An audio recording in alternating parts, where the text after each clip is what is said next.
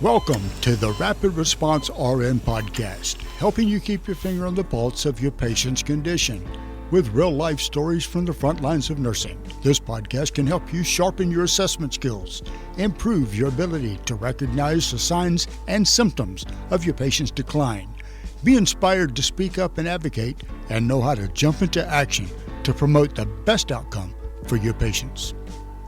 Hey everybody, I'm your host, Sarah Lorenzini, a rapid response nurse and educator who loves telling stories to teach critical thinking.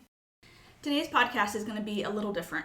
Yes, there will be so much to be learned from the episode, but today we're not focusing as much on the science and pathophysiology that we need to know to be good nurses. Today is about the heart of nursing. And I know so many of my listeners either worked in COVID units or got floated to COVID units, and we all share the trauma of those experiences. So even though I already did an episode on COVID, I think there's still more to be unpacked, more to process, and more to heal from as we emerge from the most recent surge of COVID.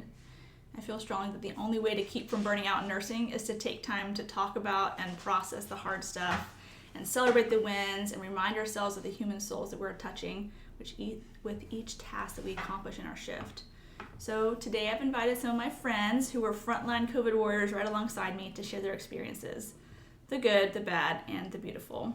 These nurses have been through fire, and they have seen so much suffering and pain these last 2 years, and they've come out the other side even better nurses. So my hope is that as you hear their stories, you'll find comfort and encouragement in knowing that you're not alone, and a sense of pride in the important role that we as nurses play in our patient's journey, and strength and courage to keep facing each challenging shift as a nurse. So let me introduce you to these rock stars. So first we have Clayton. Hello. Clayton, can you tell us how long you've been a nurse and what kind of unit you work in? So I've been a nurse for a year and a half, and I work on the med-surg pulmonary floor, which is the first stop for COVID AKA patients. COVID. Okay. And then you've always worked there, right? Since you came out of nursing school. Yep. So Right congratulations, you passed your NCLEX. Welcome to COVID. I got Yep. it. And why nursing, Clayton? What drew you to the profession? So I always wanted to be a nurse growing up. I always wanted to help people. That was kind of what I wanted to do. Got in high school, kind of second guessing it. My senior year, my grandma got sick. She had cancer, and I seen the ins and outs of nursing and how it can affect people, and that kind of solidified what I wanted to do and told me I was kind of made for it. Oh, I agree with that 100%. You were definitely made for this, Clayton. You're an awesome nurse. Okay. And then next we have Andi. Same question for you. How long have you been a nurse? What type of unit do you work on? And how did you end up as a nurse? So I've been a nurse now for almost exactly 2 years. I work in PCU, or the Progressive Care Unit, which is the step-down unit for ICU. And what brought me to nursing, I would say, is I've always been interested in anatomy and physiology. And I always thought it was neat how that really, never changes, but the way that we treat it does. So what a better profession than nursing to learn more about that and to help people as well. Awesome. You're an amazing nurse, Andi. It's such a pleasure to work with you. Oh. And finally, Danielle. Hi. How long have you been a nurse, my friend? And 14 what type of years. 14? Yes. Oh my goodness. And what type of unit do you work on? Why did you decide to become a nurse? I've been in ICU for 14 years now. When I was 15 in high school, we had to get volunteer hours, so I was a candy striper at a hospital down south. Okay. And we got to see all the professions, and I absolutely loved nursing. We got to go through floors, pediatric floor primarily, and then we went to an ICU. I applied for nursing school, came up here, and worked in the OR. And what solidified becoming an ICU nurse was we brought a patient to the ICU from the OR with an open belly, and she was super sick, and the nurses, the camaraderie, the teamwork, just how they were so compassionate, all surrounded that patient. They knew their job, they knew what they were doing, and at that moment I was like, this is definitely what I want to do. So that's why I did it. Fits you well for sure. All right, so we've all honestly shared these COVID patients. They might have started on Clayton's floor, and then I got involved. They started requiring more oxygen, so I might have moved into Andi's floor for a while for BiPAP, and then to the ICU with Danielle to be intubated, and hopefully back to Andi and Clayton as they recovered. But sadly, the ICU was the last stop for many, many patients before they passed from this earth. And that was really hard. It was hard to lose so many patients that we'd worked so hard to try to heal.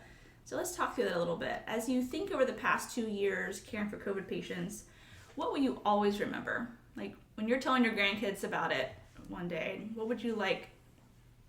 What do you want them to know about what it was like to be a nurse in the COVID pandemic? I would have to say I'm always going to remember the patients, of course, and you're always going to remember like the trauma and stuff you went through and they went through, but more or less the stories they shared, the patients did, because you notice that, unfortunately it just seems to happen that when people realize that, wow, I might pass in here, they tend to get very personal with you, and they love to share childhood stories especially, and their accomplishments or dumb things they did as a kid, and you really get to know these people, and all their stories are something I'm always going to remember, and make me never forget that these are not just patients or a number, they're people too with their own stories, and what stories would I share if I were in their spot. Yeah, that's good, Andi. And I agree with that. And you'll always remember your triumphs and your lives lost. It was the most difficult time I've had during nursing. I've seen a lot, but the last 2 years was definitely devastating. But there were wins that were amazing and that touched your heart, and you will always carry that with you.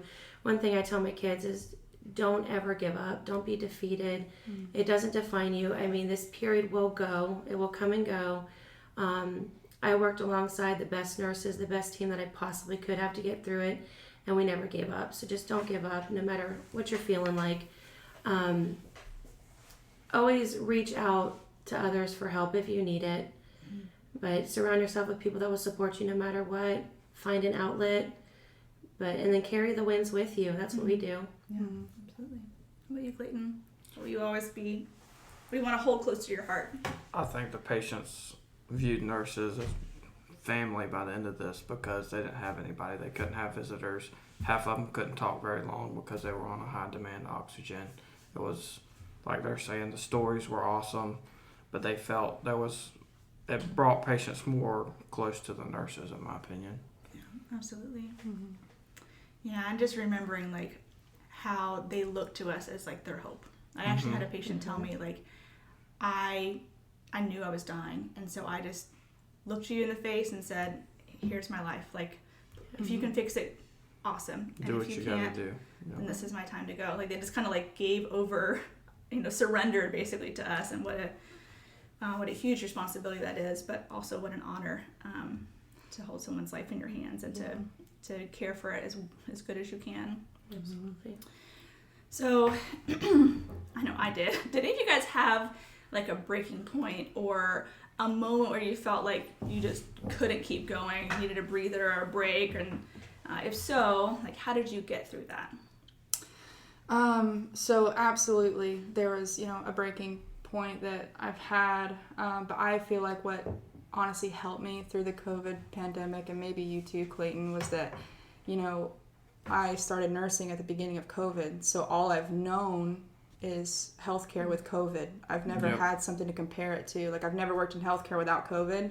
So you hear all these nurses who've been nurses for years be like, oh, well, years ago we did this, or it wasn't like this. This is crazy. So, like, this is your normal. So it makes it, I won't say easier, but that's all you know. So how do you COVID built me as a nurse. Like, exactly. There's no Right. Yeah. And I couldn't even imagine starting as a nurse during COVID because I knew what it was like before that. Yeah. Delta definitely got you to a point that you felt like you could break. I mean, the first go around, it was like, okay, what's going on? This is all new to us. Then it got better, and then Delta definitely was. I started awful. Right before Delta, and that was like my first week as a nurse off orientation. I had 7 patients, 5 of them were actively dying. I didn't know what to do. I was like freaked out, like at the point of wanting to cry, but I couldn't because I didn't have time. I had so much stuff to do. It was, but after I got over that first couple weeks and kind of got my feet under myself and understood what was going on, what I needed to do, what was the next step to do, I felt like that it made me a lot stronger. So I haven't had a breaking point since, but I work my 3, maybe 4 days a week. And then I take my 3 or 4 days off. Like, I don't overwork myself. And I think a lot of nurses are doing that because they feel like we're so understaffed that they have to do that. But I think that's making a lot of nurses have the breaking points. I know in ICU I did about 5 days a week for several weeks, and a lot of times I've always done 4. But I know I'm able to compartmentalize a lot. but you definitely cry. I cried almost every day. It's sad. You've got beautiful stories and you got really sad stories. Right. And I know my outlet is getting on the boat, getting saltwater therapy, casting a line with my husband, my kids, talking to my mom and my sister and my best friend. I'd call them with stories and just cry, and they would just listen and support me, and that's all they could do. But I just know my therapy was water. And it worked for me. Worked for me. Outdoors, absolutely. I think another thing for me was that, my wife isn't in healthcare, or a lot of my friends aren't either. So, when you talk to somebody about what your day was like, unless they worked in a COVID unit, I mean, of course they're going to try and hear you out, but they're not going to understand, So my outlet was definitely calling fellow nurses after work, to talk about what we've seen. One of my good friends, Rebecca at work, she is very empathetic like I am, and we would just talk about for an hour after our shift about just the decompress. Yeah, exactly. And that seemed to help a lot, because you found someone that really knows what you saw and what you went through, and that helps a lot. I'll tell you, our chaplains were amazing. They came and did the blessing of the hands sometimes before shift, and it was beautiful. Man, I can't get through one of those things. I just we all did do that. Your tears falling, but it's just a reminder beautiful. of these hands, they are going to touch so many people today. It's a heavy weight, but it's also man, what a privilege I get to use these to care for the people. But yeah, just bringing it on back, sometimes you get caught in the cast of it, go, intubate, move, transport, intubate, meds, prone. There's so many tasks to do, but then you look at your hands, oh my gosh, God, thank you for these hands, and let me use them well today to serve these patients. I feel like that's the only time I saw you. It was intubate, move. Always right. And it was always on the go. Yeah, that was definitely a hard season. Yeah. Well, I had several breaking points. I don't know which one I should even talk about. There were several moments where I was I need a break. I'm crying so hard. I remember moments where my mask had a pool of tears in it. I had to be I need a break, guys, just so I can go change my mask because it's so full of water. I've been crying so hard. But, these patients who would see them, at least me, because I saw all 3 units, where I'd meet them in Clayton's unit and yes, maybe this one will recover, and then they're getting a little sicker. Let's take them to Andi's unit. Okay, but Andi, man, she's gonna turn them around. Andi's an awesome nurse.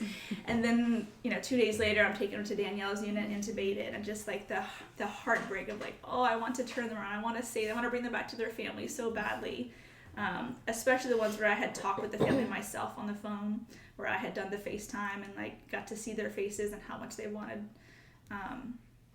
their loved one to come home, and then to see them get sicker was just so heartbreaking. So yeah, several breaking points. I think, like you said, Andi, obviously talk to my family. My husband is a saint, but he's not a nurse or in healthcare at all. So even just trying to describe what it was there's no reference point for that, to see someone who's blue, or someone who's dying, or someone who's gasping for air. He might have seen that in the movies, but to actually see that in real life, it's a different kind of trauma, for sure. Yeah. So, as nurses, we play many roles: caregiver, cheerleader, coach, teacher, therapist, healer. But one I don't feel we talk about enough is guide. We do guide our patients and their families through whatever healthcare crisis they're facing. We journey with them, we hold their hand, and we help them anticipate and navigate whatever's ahead. So, are there any particular patients or families that were especially difficult or challenging for you to journey alongside them, ones that really hit close to home or weighed heavily on your heart? I will tell you, in ICU, the emergency sections, postpartum moms that are going on ECMO, that some didn't make it, and by the grace of God, some did. That was really hard. That was that weighed on my heart. I know one of my favorite stories is the amazing Henry. He was our first COVID, our first discharge to rehab, but to see him paralyzed and prone and then survive it, and we were okay, we're going to get ahead of this. We've got a win here.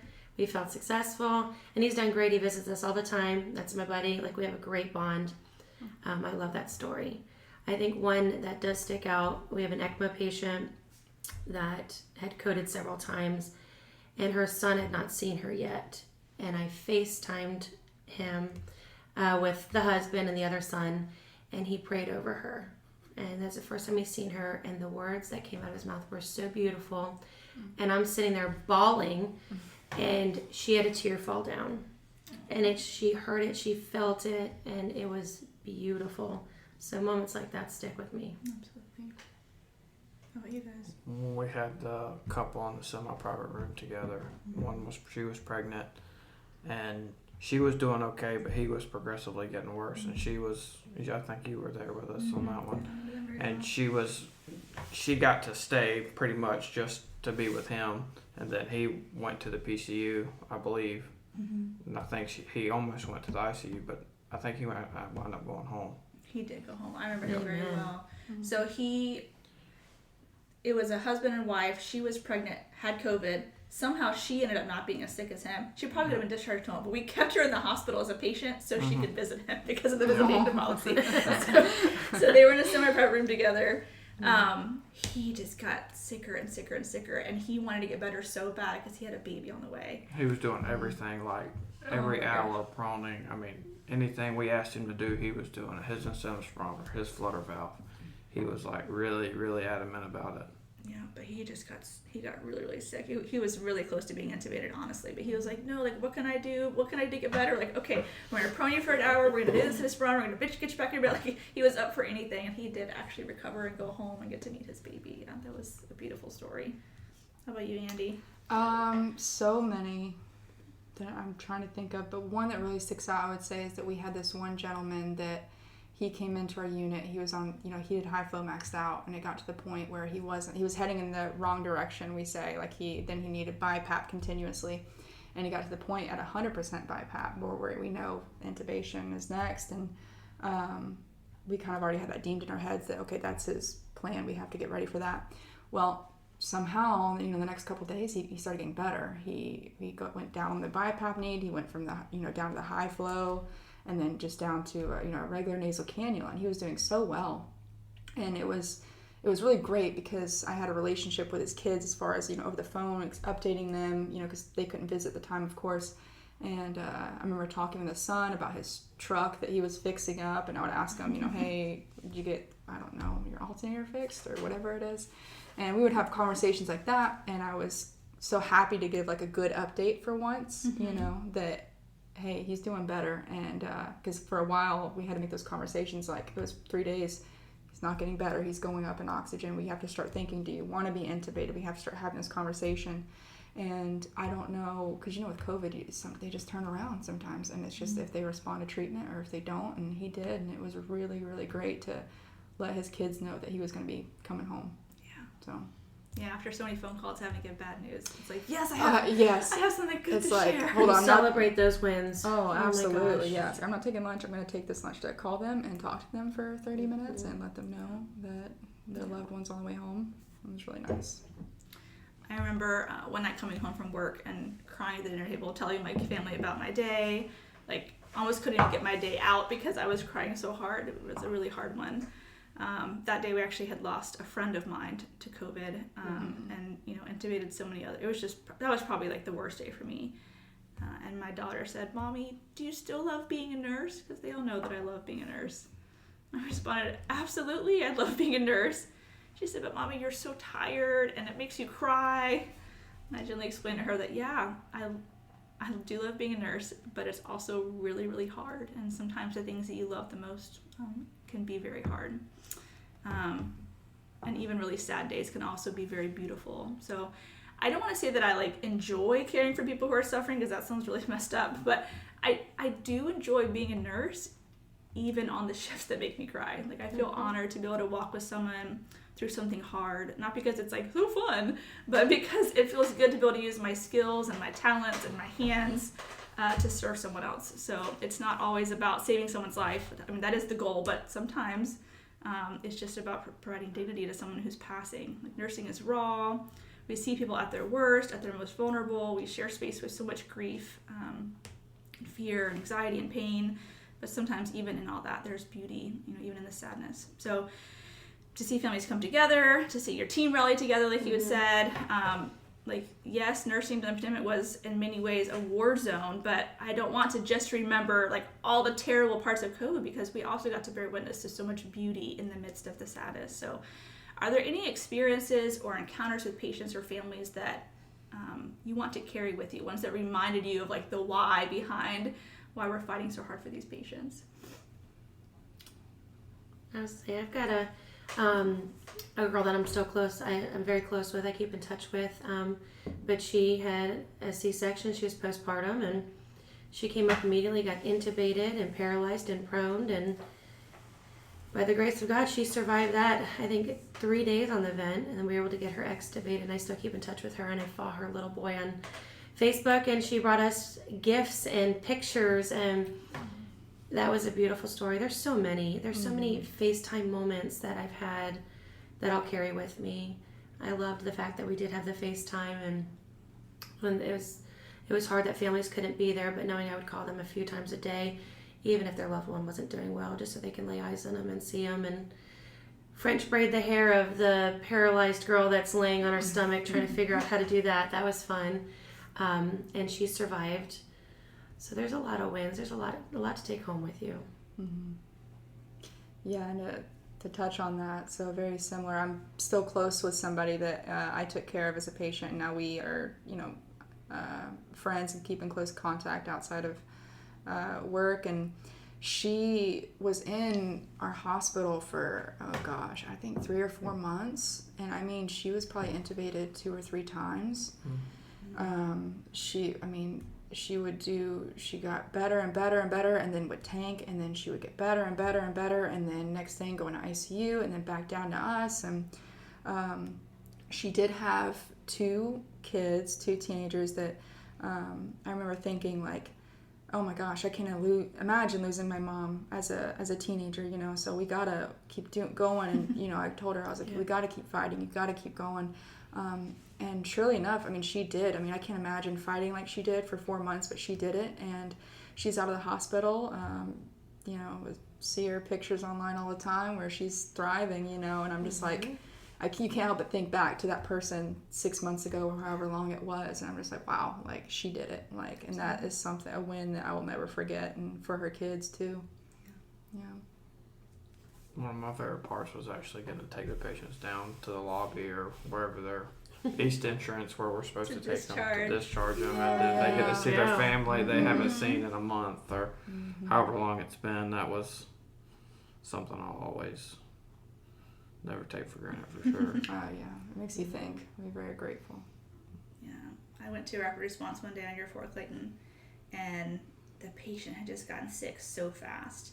And we were all like, okay, we have to intubate this guy. He looks terrible. He's kind of dusky, and he's working so hard to breathe, and he's like coughing up blood. And it was a really like high intense situation. And so, I mean, there was just chaos in the room. And so I go up to his face and I was like, hey sir, I'm Sarah from the rapid response team. It's looking like we're gonna have to put a breathing tube in. Like, you've worked really hard, you really have, but I feel like it's time for us to help you with a ventilator. And he looks at me like dead in the face and says, you can't let me die. My daughter gets married this weekend. I have to live. I was like, all right, we are going to fight for you as hard as we can. And while he didn't get to go to her wedding that weekend, he did get to walk her down the aisle.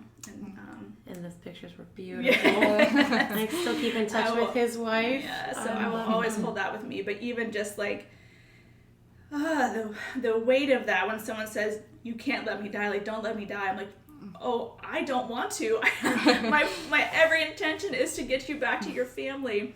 But it's so hard in the face of that, after having lost so many, to just confidently like approach it like, we're going to take good care of you. We're going to fight for you. And like, they always tell you in nursing school, like, don't give false hope. Oh, I don't. I never say like, oh no, you're going to live. I never say that. Mm-hmm. But I will say with full confidence is, we will fight for you. Absolutely. Mm-hmm. I know this team. I know Andi. I know Danielle. I know the med-surg crew. Like, they are amazing nurses. I know we will fight for you. So when they say, don't let me die, or am I going to die? I always just say, we are going to fight so hard for you to go home. I know that with confidence. I might not know if you're going to live, but I know we're going to fight really, really hard for you. I know when we had a rapid, there was 3 rapids at a time on 6 North. And, your team was awesome, Clayton, but just, you were at one, I was at one, Marissa's at one. I mean, we were all in different rooms, and just the teamwork that took place on that floor definitely shows who we are. and why we do what we do. Right. We didn't give up. Yeah, there was no space for like laziness or I gotta go update my Facebook or I gotta. No, you got weeded out at that point. Yeah, you're gone. All that's left is like true warriors. I mean, Yeah. everyone was busting their butts for these patients. Okay, we got a prono. Okay, we got to teach them this. We got to everyone was on high alert, like just waiting for the sats to drop. Waiting, like It looked like a MASH unit. yeah. Crazy times. But that's my normal. Like, That's all you know. That's all you know. Yeah. That's not crazy. I was like, I don't know what to do. Right. Yeah, me and Clay were talking the other day because he had a patient that was like a stroke or something non-respiratory at all. Clay was like, okay, I'm really good at respiratory emergencies, but this whole neuro emergency, like, I'm still learning these ones. I gotta like relearn that. But yeah, if all you do is like watch the sats and listen to lung sounds and like respiratory, optimize the respiratory, you're like, oh yeah, and the brain. There's a brain too. Well, a lot of the nurses that started during COVID, including myself, we got so well trained in respiratory that you forget there's a whole lot more to the body than breathing. So It's like definitely one of my first questions I entered the room is like, have any breathing issues today? Yeah, and I'm right. like, thinking like, why am I even asking that? As we're on there. I feel terrible though for the nurses that came out of school because you guys had no clinicals. Like you guys did, yeah. but the ones I that did were not. like that first year of COVID had no clinicals. I mean, when I started nursing school, your first semester, you hit the floor running in clinicals. So I couldn't imagine not having that exposure. I got everything up to transition. So from transition on was online. I did psych online. I did my transition clinicals online, which were helpful theoretically, but like far as real world stuff, a robot don't talk to you like a person does. At least you got your psych exposure now. There you Yeah, go. we got all of that. We're good. We got a lot of that.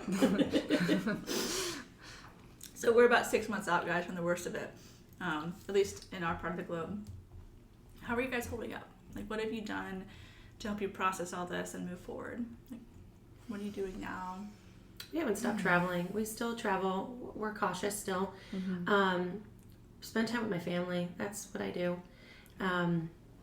We do a lot of get-togethers with nurses outside of the ICU. Like a lot of us are still close, so we get together. But just take time for yourself. Self-help. Don't keep anything in. And I've always been one to share my stories with other people when I'm going through it because I don't like to keep anything in. But I definitely keep doing that.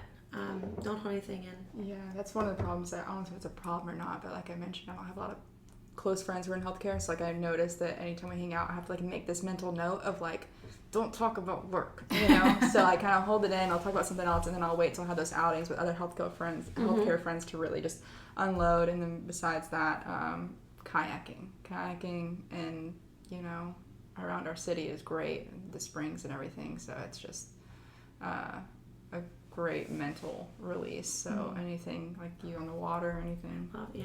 Oh yeah, great for the mind. How about you, Clayton? Always on the boat.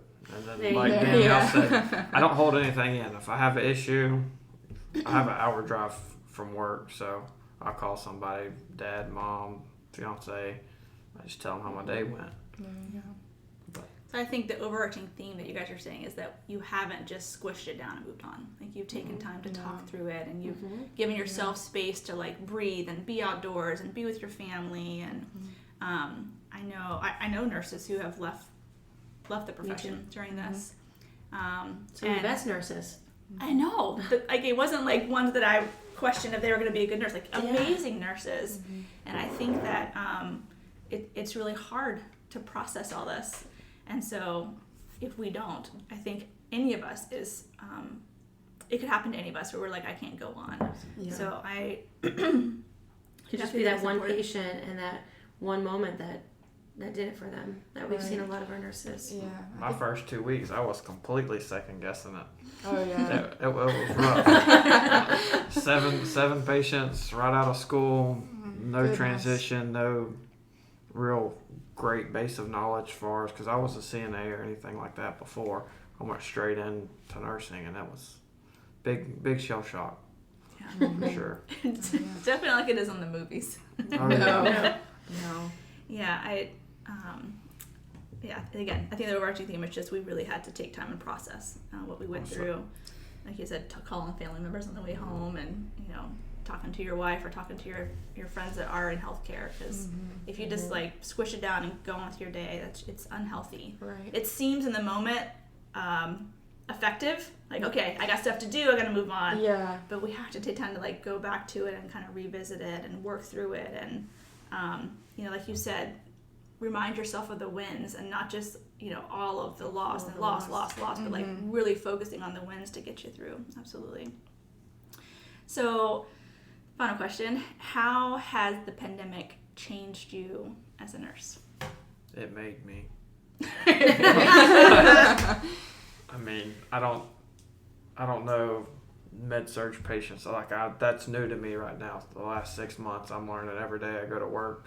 Consenting patients. I mean, stuff I've never had to do when I started the first year, essentially. It's all been COVID related. We're worried about who are we sending to the PCU, ICU, who needs to be upgraded, who needs to be downgraded, what patient can we take, how much oxygen are they on. That's just some of the stuff. It's changing because it's normalizing, so to say, and it's just a lot different. But yes, I think the COVID pandemic made me as a nurse, for sure.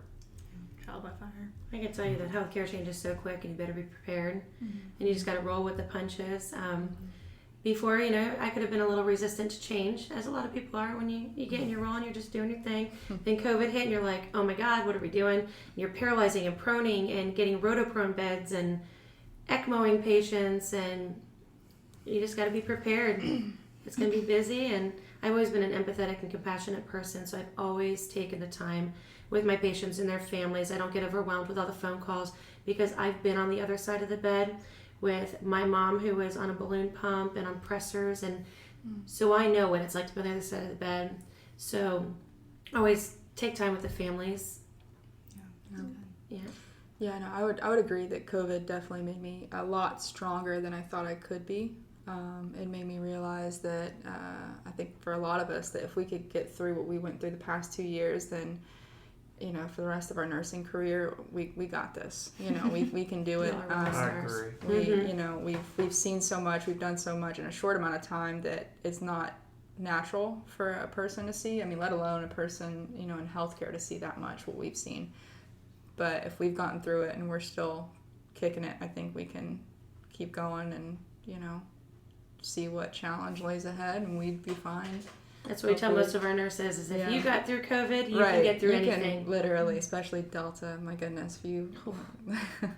I never want to see that again. And I think it's good that you guys, especially learned early in your career, how to process your career versus like your home life. I feel like I didn't learn that for a very long time. I mean, when I was a new nurse, I was working 5 shifts a week because I was making money and paying off bills, and I just like dove head first into like my whole world was nursing.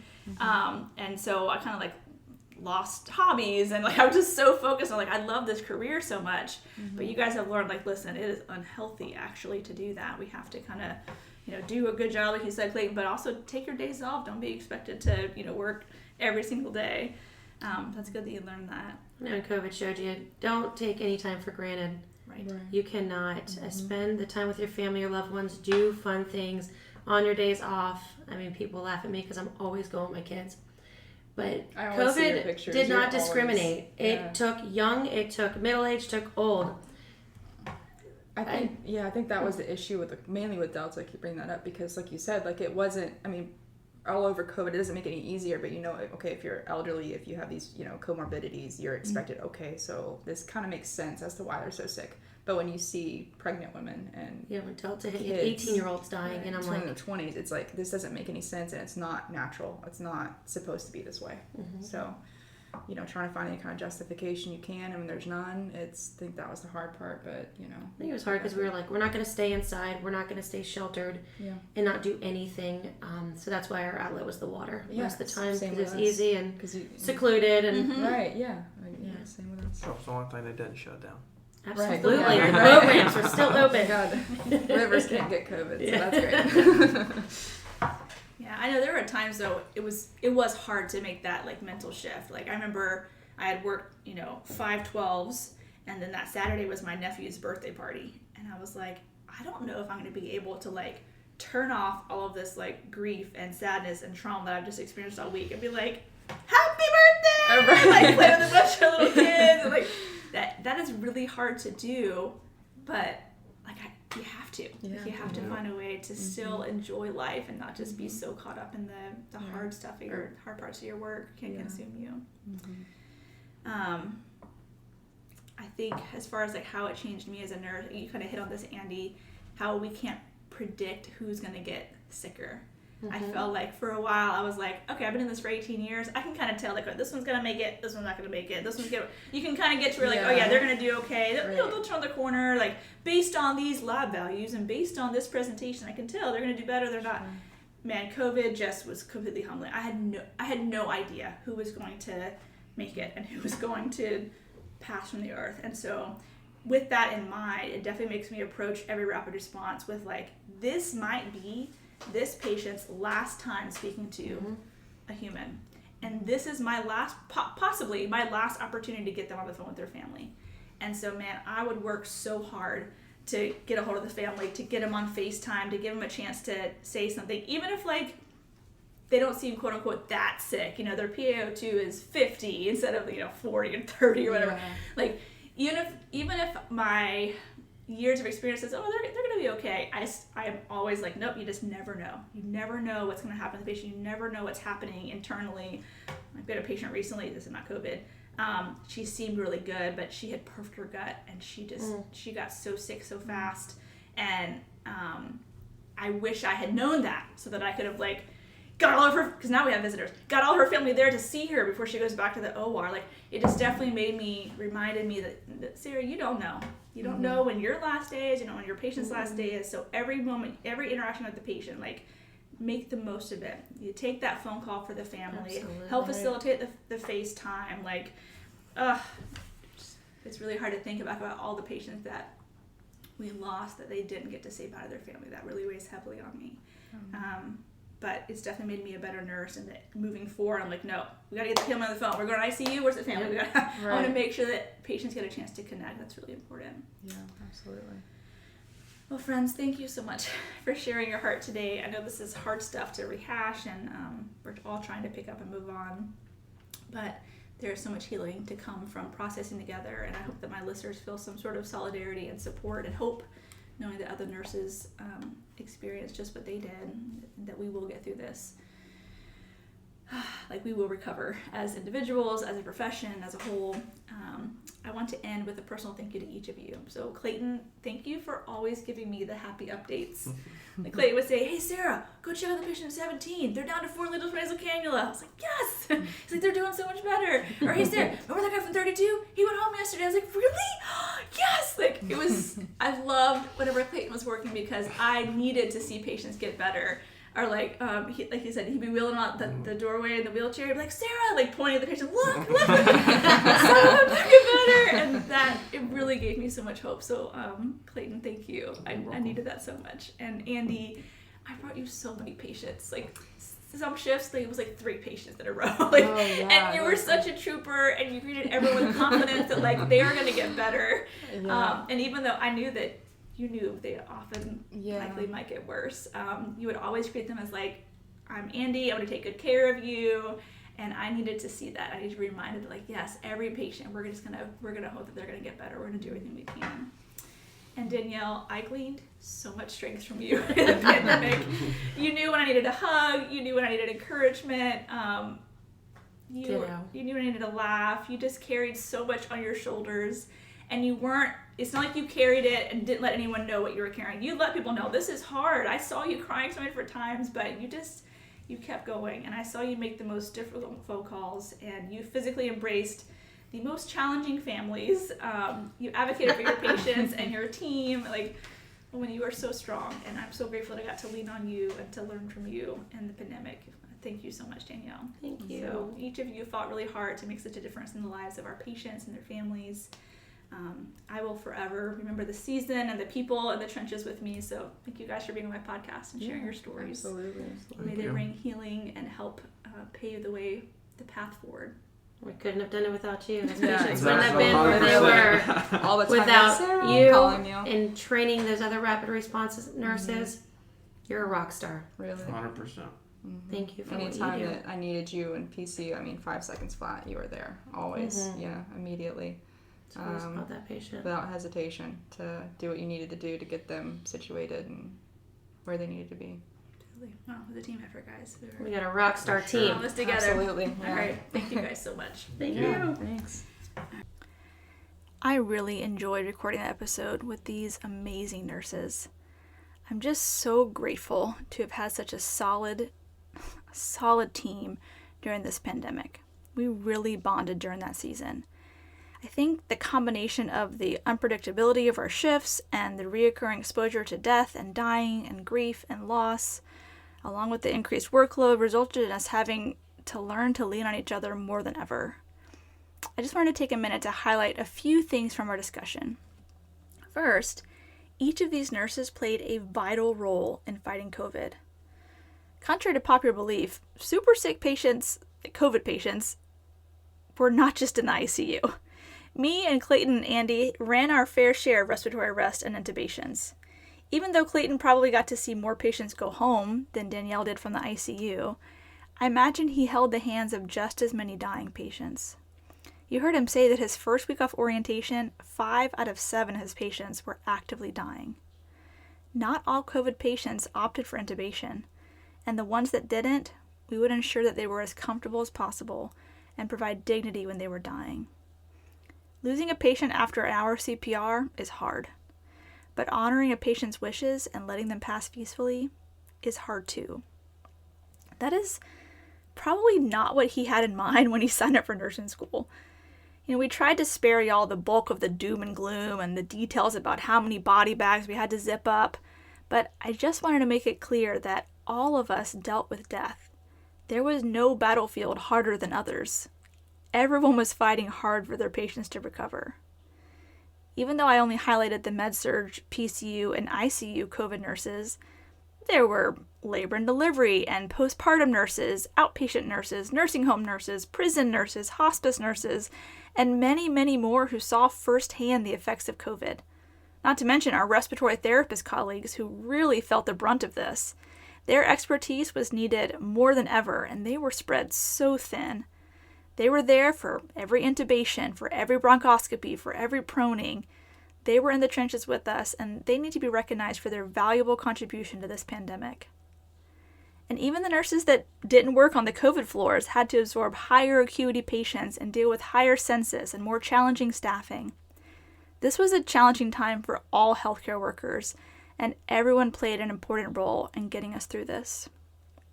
The next thing I wanted to point out is that we felt it all. Each of us allowed ourselves to feel it all.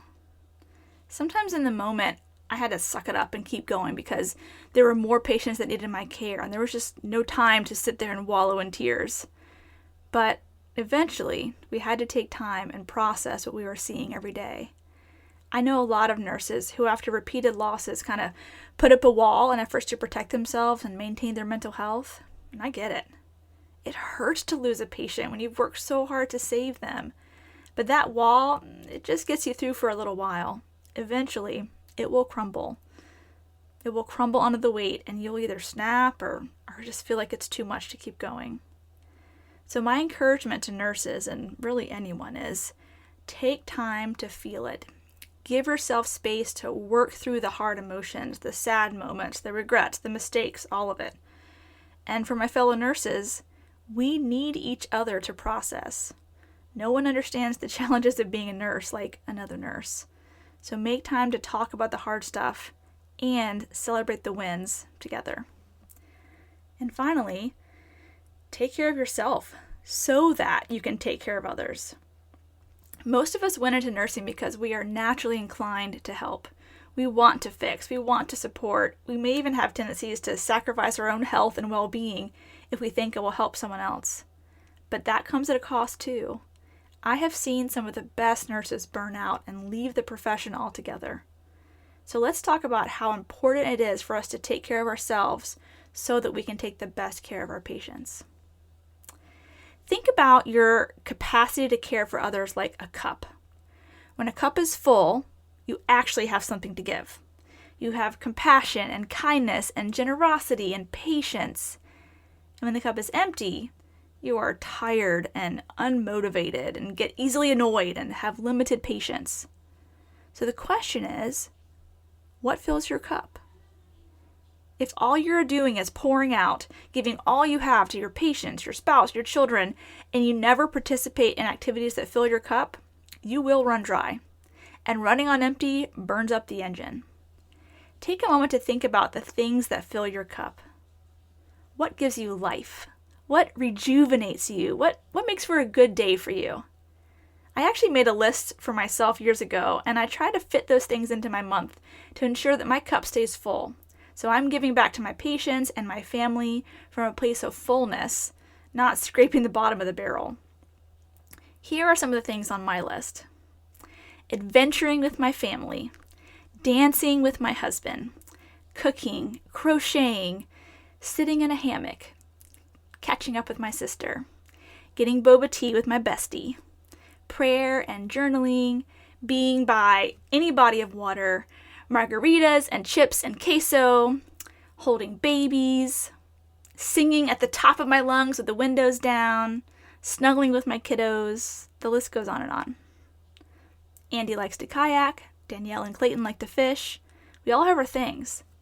When I find myself feeling like I'm running on empty, that's when I know I've been pouring out more than I've been filling up, and it's time to get out my list and go spend my time doing something that will fill my cup. So nurses, if you are working so much overtime that you don't have time for cup-filling activities, I'm sorry to tell you, but it will catch up with you. Please give yourself a break and take some time off. If you find yourself spending all of your days off and any downtime just scrolling social media or binging movies or TV, that is a symptom, not a solution to how tired you are. Get out your list and do something life-giving. If you won't do it for yourself, do it for your patients. They need you to be on your A game, bringing your best self to the bedside with every bit of compassion and hope and diligence that is required to do the job well. Take the time to fill up so you don't run dry pouring out to your patients. Remember that spark that made you want to go to nursing in the first place? Whatever that is that excites you about the role of the nurse, hold on to that and find ways to do it amidst all the other tasks that aren't so life-giving in your everyday role as a nurse. You owe that to yourself and you owe it to your patients. So in conclusion, COVID sucks. It has cost us so much as a profession, but it also left us with some special memories that we will hold on to forever. When I look back at this time, I will always remember my team and the people in the trenches with me because we fought well and hard for our patients. But we are human too, and we have our limits. The only way to get through the challenging shifts are to support each other and to take time to tend to our mental, emotional, physical, and spiritual health. I think our path forward as a profession is to band together and to prioritize caring for each other and ourselves as much as we care for our patients. Well, that's it for today's episode. If you like this podcast, I'd love to hear from you. You can shoot me an email with questions or comments, and it would mean so much if you could take a moment to write a review on iTunes, as this helps more listeners find this podcast. Thanks for listening, and I hope you learned something that will save a life. Remember, nursing is a team sport, so trust your intuition and don't give up advocating until you are confident you've done what's right by your patient. You've been listening to the Rapid Response RN podcast. The views and opinions expressed on this show are that of Sarah Lorenzini and hers alone. They are not intended as medical advice and should not take the place of your institution's policies or procedures. Evidence-based practice is ever-changing, and your patient's care should reflect the current best practice. If you want to get in contact with Sarah, you can find her at rapidresponsernpodcast@gmail.com or on the Rapid Response RN Podcast Facebook page, as well as the podcast website, rapidresponsern.com.